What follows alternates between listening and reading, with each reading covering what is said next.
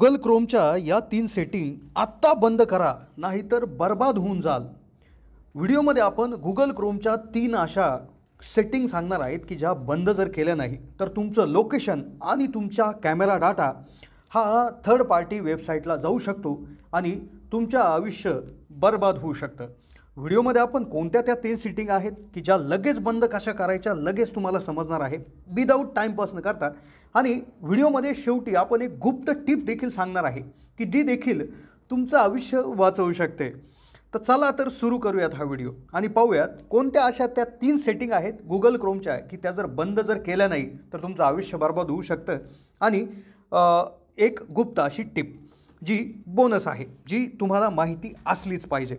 आता यासाठी सगळ्यात आधी तुम्हाला गुगल क्रोम हे ब्राउझर ओपन करावं लागेल। आता हे ब्राउझर तुम्ही नक्कीच वापरत असाल, यूट्यूब नंतर बऱ्याच जास्त वापरलं जाते ही गोष्ट। तुम्ही बऱ्याच वेळा अशा ज्या या न्यूज आहेत किंवा हे ज्या स्टोरी आहेत ह्या तुम्ही इथे वाचत असाल, नक्कीच तुम्ही वाचत असाल। तुम्ही काही याच्यावर सर्च करत असाल, इथे अशा पद्धतीनं आपण सर्च करतो, काही पण अशा पद्धतीनं आपण सर्च करतो, सर्च करून आपण माहिती घेतो, हे तुम्ही बघितलंच असेल, खूप वापर वाढलेला आहे।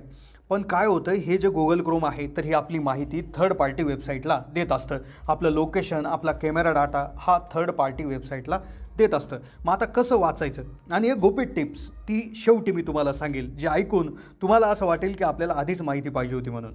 आता काय करायचं, इथे हा वरती 3 डॉट आहेत, इथं सगळ्यात आधी क्लिक करायचं।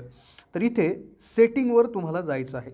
सेटिंगवर क्लिक केलं का इथे खालच्या बाजूला साईट सेटिंग आहे, इथे पाहू शकता साईट सेटिंग आहे। साईट सेटिंगवर क्लिक केल्यानंतर तुम्हाला असं दिसेल की परमिशन्स, कुठल्या कुठल्या परमिशन्स तुम्ही दिलेल्या आहेत। आता हे बऱ्याच वेळा लोकेशन जे आहे तर हे तुम्ही काय करायचं आहे, तात्काळ हे बंद करून द्यायचं। आता माझ्या याच्यामध्ये हे पहा, या 3 वेबसाईटला मी इथं अलाउड केलेलं आहे। आता मी अलाउड केलेलं नाही पण त्यांनी अलाउड केलेलं आहे। माझं लोकेशन या 3 साईडला दिसत आहे, हे तुम्ही सगळ्यात आधी ब्लॉक करून टाकायचं आहे। असं ब्लॉक दिसलं पाहिजे। कॅमेरा हा देखील 3 साईडला त्या ठिकाणी आहे असं सांगत आहे, तर हा देखील तुम्ही सगळ्यात आधी बंद करून टाकायचा। तुमचा मायक्रोफोन ब्लॉक, इथे प्रत्येक ठिकाणी नोटिफिकेशन हे देखील तुम्ही ब्लॉक करून टाकायचं आहे। एम्बेड कंटेंट हे सर्व गोष्टी ज्या आहेत तर त्या सर्व ज्या गोष्टी आहे, मोशन सेन्सर ब्लॉक, प्रत्येक इथं तुम्ही इथं पाहू शकता location, camera, microphone, notification, embed content, motion block, USB, प्रत्येक गोष्ट जी आहे तर ही तुम्ही त्या ठिकाणी ब्लॉक करून टाकायची आहे। पण सगळ्यात महत्त्वाचं म्हणजे लोकेशन, कॅमेरा, मायक्रोफोन ह्या 3 गोष्टी ब्लॉक करून टाकायच्या आहेत। आता यानंतर सगळ्यात महत्त्वाची जी सेटिंग आहे तर ती खाली आहे, तर खाली जायचं आहे। खालच्या बाजूला आता इथे वरती आहे परमिशन, त्यानंतर हळूहळू असं खाली जायचं आहे। इकडे डाटा स्टोर्ड म्हणून आहे बघा खालच्या साईडला, त्याच्यावर क्लिक करायचं आहे। तर इथे पाहू शकता एवढ्या साईटनी माझा जो काय डेटा आहे तो स्टोअर केलेला आहे। यामध्ये यूट्यूब आहे, ड्रीम्स टाईम आहे, कुठेतरी आपण एखाद्या वेबसाईटवर जातो तिथून ती ॲड आपल्याला तिसरीकडेच घेऊन जाते, आपण बॅक मारतो पण आपल्याला कळतही नाही कुठं काय झालं आहे ते। तर सगळ्यात आधी डिलीट ऑल डाटा आहे, ते याच्यावर क्लिक करायचं आहे। ते इथं सांगतं आहे की सगळ्या ठिकाणून मी साइन आउट होईल आणि सगळ्या हे होऊन जातील, अख्खी कुकी क्लिअर होईल, इथं डिलीट बटन दाबायचं आहे। अजून पण हे झालेलं नाही, परत डिलीट ऑल डाटा करायचं आहे आणि हे अशा पद्धतीनं पूर्ण तुमचं हे मोकळं दिसलं पाहिजे। आता हे झालं तुमचा डाटा थर्ड साईटला जाऊ नये म्हणून।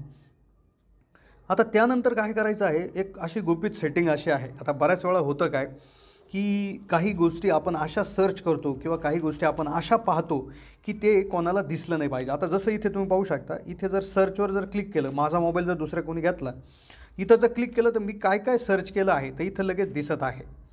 इथे तुम्ही पाहू शकता, इथे या गोष्टी दिसत आहे। मग आता ही तुम्ही हिस्ट्री त्या ठिकाणी क्लिअर करू शकता। हिस्ट्री अशा पद्धतीनं तुम्ही एक अशा पद्धतीने ही हिस्ट्री देखील क्लिअर करू शकता। तुम्ही जर काही सर्च केलेलं असेल तर अशा पद्धतीने हे तुम्ही क्लिअर करू शकता। इथे तुम्ही पाहू शकता, त्याच्यावर बोट दाबून धरायचं आहे, खाली ओके करायचं आहे, हे दाबून धरायचं आहे, ओके करायचं आहे, असंही करू शकता।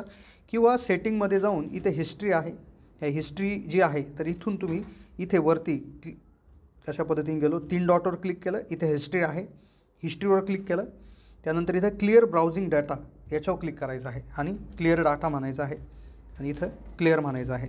तर अशा पद्धतीनं हा डेटा देखील पूर्णतः क्लिअर होत आहे, तुम्ही इथे बघू शकता। आता मी काय सर्च केलं आहे आत्तापर्यंत ते कोणालाही समजणार नाही। किंवा आता असं करायचं आहे, फारच एखादी गुपित गोष्ट पाहत आहे जी तुम्हाला वाटते की कोणालाच दिसली नाही पाहिजे, तुम्ही काय सर्च केलं आहे किंवा काय कोणाला सरप्राईज द्यायचं आहे, एखादं गिफ्ट सर्च करताय, तर त्यामुळे ते समजलं नाही पाहिजे पुढच्याला पण, तर अशा वेळेस किंवा काही तुम्ही काही अशा गोष्टी पाहत आहेत की ज्या दुसऱ्याला समजले नाही पाहिजे, तर त्यासाठी काय करायचं आहे, तिथे 3 डॉटवर क्लिक करायचं आहे आणि इथं न्यू इनकॉग्निटो टॅब 2 नंबरला ऑप्शन आहे, त्याच्यावर क्लिक करायचं आहे. हे काळ्या कलरचं असं त्या ठिकाणी दिसेल. मग तुम्ही इथे काहीही जरी सर्च केलं, मी सपोज XYZ अशा पद्धतीनं काहीतरी सर्च केलं आणि ओके केलं. मग XYZ असं काहीतरी मी उदाहरणार्थ काहीतरी सर्च करत आहे. नेट त्या ठिकाणी थोडं स्लो झालं आहे. इथं पाहू शकता XYZ आणि उदाहरणार्थ आता मी इथे ही वेबसाईट मी पाहिली. उदाहरणार्थ मी आता गुगलवर गेलो, तिथं सर्च केलं, जे सर्च रिझल्ट आले त्यामध्ये मी हे बघायला सुरुवात केली.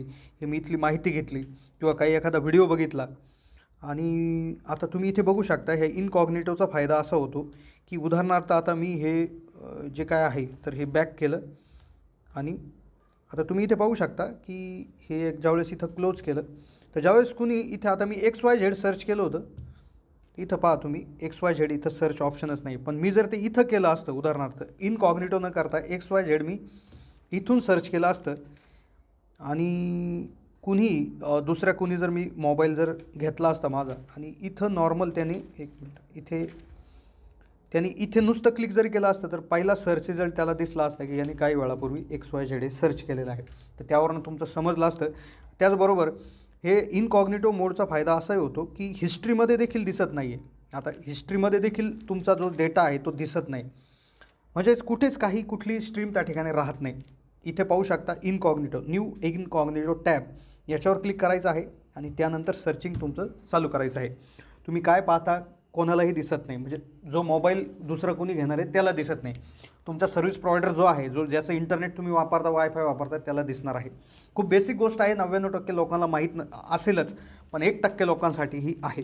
आता हाच इनकॉग्निटो फंक्शन तुम्ही यूट्यूबसाठी देखील वापरू शकता. उदाहरणार्थ यूट्यूब ऑन केल्यानंतर तुम्हाला काहीतरी असं बघायचं आहे की आता जसं उदाहरणार्थ मी जे काय पाहतो, इथे मी सर्चचा टॅब इथं असं क्लिक केल्यानंतर मी काय समर्च केलं आहे किंवा काय हे सगळं इथं दिसतं. पण मला ठीक आहे, हे असं मी डिलीट पण करू शकतो, इथं रिमूव्ह अशा पद्धतीने रिमूव्ह पण करू शकतो. पण मला असं वाटतं आहे की मी काय पाहतो हे समजलंच नाही पाहिजे, इथं सर्च रिझल्ट आलाच नाही पाहिजे. इथं खाली असं हे आहे बा, याच्यावर क्लिक करून इथे देखील तुम्ही टर्न ऑन इनकॉग्निटो असं ऑन केल्यानंतर उदाहरणार्थ तुम्ही काहीही सर्च केलं, इथं ABC असं काहीतरी ABC सॉन्ग असं सर्च केलं उदाहरणार्थ आणि हे पाहिलं तुम्ही उदाहरणार्थ, तर ही जी हिस्ट्री आहे तुमची, जर तुम्ही उदाहरणार्थ आता हे टर्न ऑफ करून टाकला आपण आणि इथे बघितलं आपण, तर इथं पाहू शकता कुठल्याही प्रकारचं काही दिसत नाही, कोणाला काही समजत नाही तुम्ही काय पाहिलेलं आहे. त्यात तुमच्या इथे हिस्ट्रीमध्ये जरी गेलं एखादा व्यक्ती की हिस्ट्री पहा, तर ते देखील दिसत नाही. तर हे 2-3 फीचर्स होते जे तुम्ही वापरायला पाहिजे. कशी वाटली माहिती कमेंटच्या माध्यमातून कळवा. चॅनलला नवीन असाल तर जरूर सबस्क्राईब करा.